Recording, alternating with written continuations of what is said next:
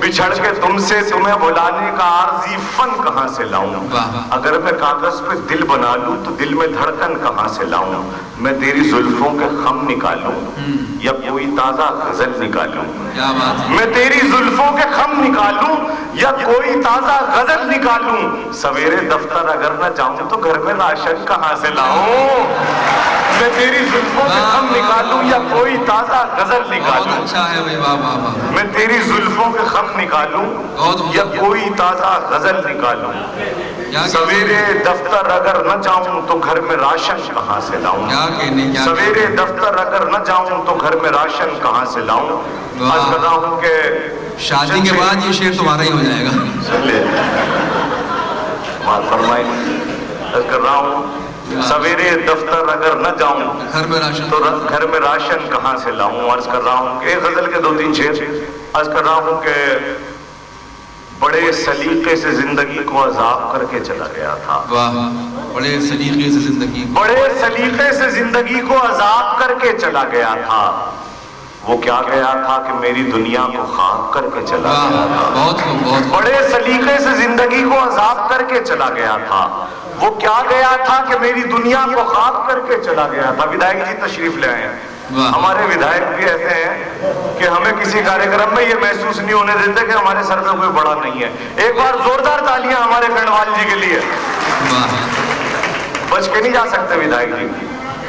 بڑے سلیقے سے زندگی کو عذاب کر کے چلا گیا تھا. وہ کیا گیا تھا کہ میری دنیا کو خاک کر کے چلا گیا تھا. ہم اس کی یادوں کی بکھری کرچوں کو اپنی پلکوں سے چن رہے تھے.